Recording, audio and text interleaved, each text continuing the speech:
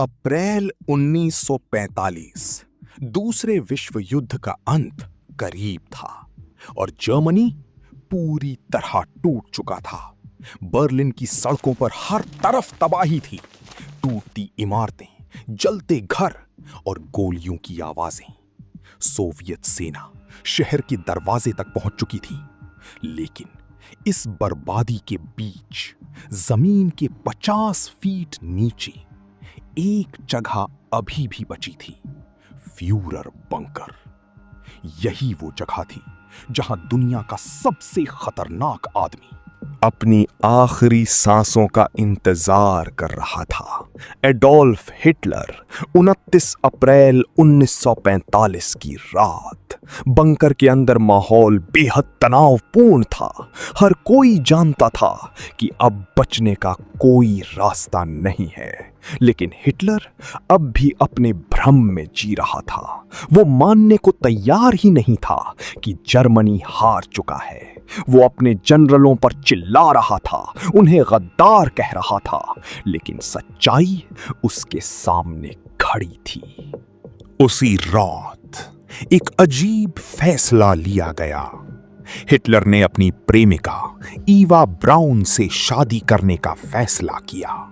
हाँ, उस समय जब पूरा साम्राज्य टूट रहा था, बंकर के एक छोटे से कमरे में बहुत ही साधारण तरीके से उनकी शादी हुई।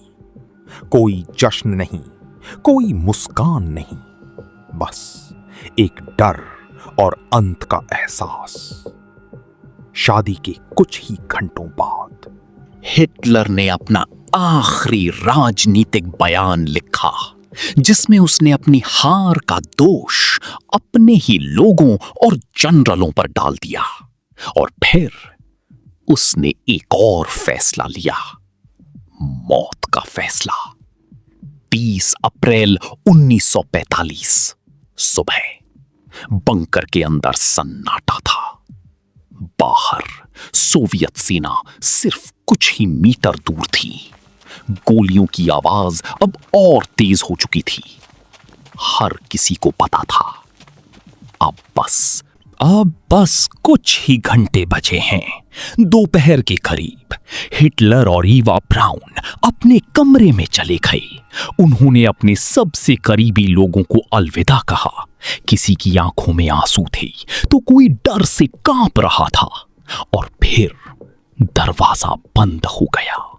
कुछ मिनटों बाद एक गोली की आवाज आई। जब दरवाजा खोला गया तो सामने का दृश्य इतिहास बन चुका था। हिटलर सोफे पर गिरा हुआ था।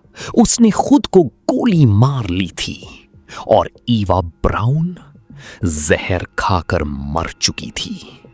लेकिन कहानी यहां खत्म नहीं होती। हिटलर ने पहले ही आदेश दिया था कि उसकी लाश को जला दिया जाए, ताकि कोई उसे ट्रॉफी की तरह इस्तेमाल ना कर सके। बंकर के बाहर उनके शवों को पेट्रोल डालकर जलाया गया। आसमान में धुआं उठ रहा था और उसी धुएं के साथ नाजी साम्राज्य भी खत्म हो गया। कुछ ही दिनों बाद जर्मनी ने आत्मसमर्पण कर दिया और दूसरा विश्व युद्ध आखिरकार खत्म हो गया। लेकिन एक सवाल आज भी लोगों के मन में है, क्या हिटलर ने सच में आत्महत्या की थी या वो भाग निकला था? इतिहासकारों के पास सबूत हैं, लेकिन साजिश की कहानियां आज भी जिंदा हैं। बर्लिन का वो बंकर आज भी मौजूद है, एक खामोश गवाह की तरह, जो याद दिलाता है कि सत्ता का घमंड और गलत फैसले किसी भी साम्राज्य को मिट्टी में मिला सकते हैं। ये सिर्फ एक आदमी की मौत की कहानी नहीं थी, ये एक युग के अंत की कहानी थी। एक ऐसी कहानी जिसने पूरी दुनिया को हमेशा के लिए बदल दिया।